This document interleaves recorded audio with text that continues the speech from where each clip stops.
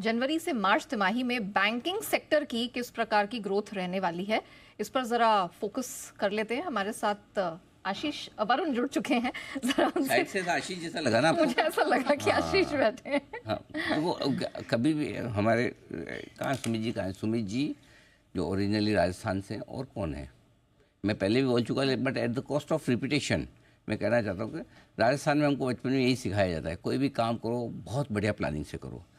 Planning एकदम perfect होनी चाहिए, अच्छी होनी चाहिए, और इस लेवल तक प्लानिंग होनी चाहिए आपकी कि अगर आपका काम खराब हो गया, गलत हो गया, बिगड़ गया, तो नाम किसका लगाना है। हाँ, मैंने 2 नाम ले लिए हैं। तो ये जो वरुण है ना, आशीष की तरह बन के आया है, इसी वजह से आपकी पहचानने में मुश्किल हो गई है। कुछ नहीं तो चश्मा देख लेते। वो भी नहीं देखा। हाँ, देखो सोचो, आप चश्मा तक नहीं लगा के आए। चलिए वरुण बताइए क्या हो रहा है बैंकिंग सेक्टर। बैंकिंग सेक्टर में जो अभी तक क्वार्टरली अपडेट्स आए हैं उसका एक कंसोलिडेटेड मैंने डाटा निकाला है और ये देखा है कि किस तरह के अपडेट्स देखने मिले हैं। तो इस तिमाही में अगर आप देखेंगे तो बैंकिंग सेक्टर के अपडेट्स जो है वो काफ़ी बेहतरीन रहे हैं।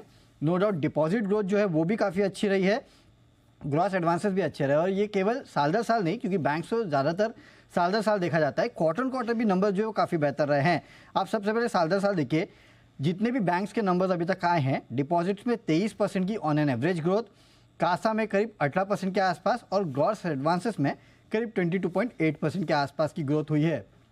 अगर मैं इसमें HDFC बैंक को निकाल दूं तो शायद ग्रॉस एडवांसेस 19% के आसपास ही बढ़े हैं। ये अच्छी बात है कि एडवांसेस के मुकाबले डिपॉजिट ग्रोथ जो है वो ज़्यादा अच्छी रही है। क्यों? क्योंकि इससे जो CD रेशियो है वो सुधरता है, तो ये एक बहुत अच्छी बात रही है।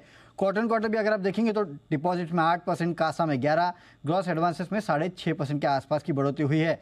केवल 2 बैंक्स है, एक धनलक्ष्मी बैंक, एक कैपिटल स्मॉल फाइनेंस बैंक, इनके क्वार्टर नंबर्स थोड़े डिले रहे हैं। बाकी जितने बैंक्स हैं उनके नंबर्स क्वार्टर भी काफ़ी बेहतरीन रहे हैं।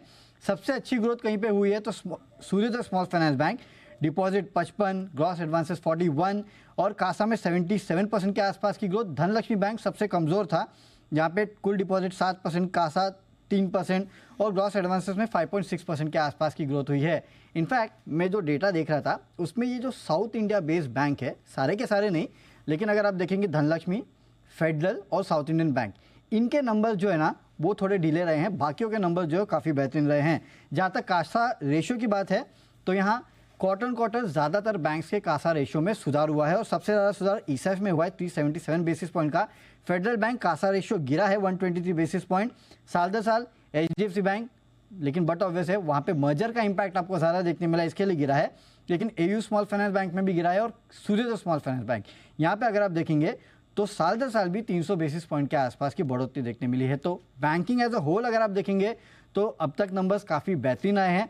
खासकर डिपॉजिट ग्रोथ जो है वो एडवांसेस के ग्रोथ को आउटस्पेस करते हुए नजर आ रही है, यानी कि आपका CD रेशियो जो है वो काफ़ी हद तक सुधरेगा, और इसमें सबसे अच्छा प्रदर्शन सूर्योदय स्मॉल फाइनेंस बैंक ने किया है।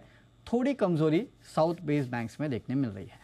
ओके, चलिए तो अब तक का परफॉर्मेंस एक बार इसलिए जरा राय शरद जी से भी लेते हैं, बैंकों के क्वार्टरली अपडेट। शरद जी, आपने देखे होंगे, बताएं क्या आप इससे मतलब निकाल रहे हैं, क्या आपको पसंद आ रहा है, कौन सा बैंक पसंद आ रहा है आपको?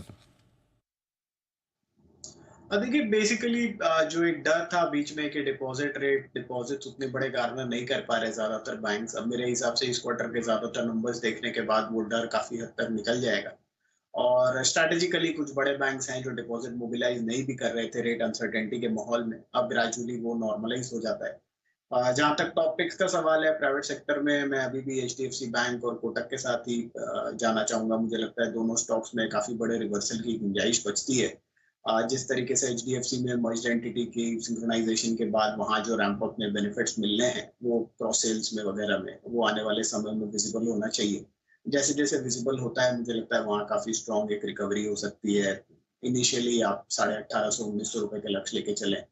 और जहाँ तक कोटक में है तो मुझे लगता है कोटक में भी सेम चीज है, मैनेजमेंट चेंज के बाद जो नए एटीट्यूड से वो बिजनेस को मैनेज कर रहे हैं। मुझे लगता है जिस तरीके से जेन जी पे फोकस है, नई जनरेशन के बिजनेस पे फोकस है, वहाँ पे भी आपको आने वाले समय में बिजनेस लेवल पे, मैट्रिक्स के लेवल पे काफी बड़ी इंप्रूवमेंट देखने को मिलनी चाहिए। तो प्राइवेट सेक्टर में ये 2 बैंक्स मुझे ज्यादा पसंद है। पब्लिक सेक्टर में अक्रॉस द बोर्ड मुझे लगता है एक्सपेक्टेशन बिल्डअप बहुत ज्यादा है कि बहुत ज्यादा कोई इंप्रूवमेंट आ जाएगा इन टर्म्स ऑफ रिकवरीज वगैरह। तो वहाँ मुझे लगता है एसबीआई छोड़ के और किसी छोटे मुझे बैंक पे बेट करना थोड़ा सा मुश्किल लग रहा है इन वैल्यूएशंस पे। तो प्राइवेट सेक्टर में कोटक और एचडीएफसी और पब्लिक सेक्टर में एसबीआई। चलिए, तो कोटक, एसबीआई और एचडीएफसी आ रहा है शरद जी को पसंद, इस पर फोकस करने की राय निकल कर आ रही है। लेकिन आइए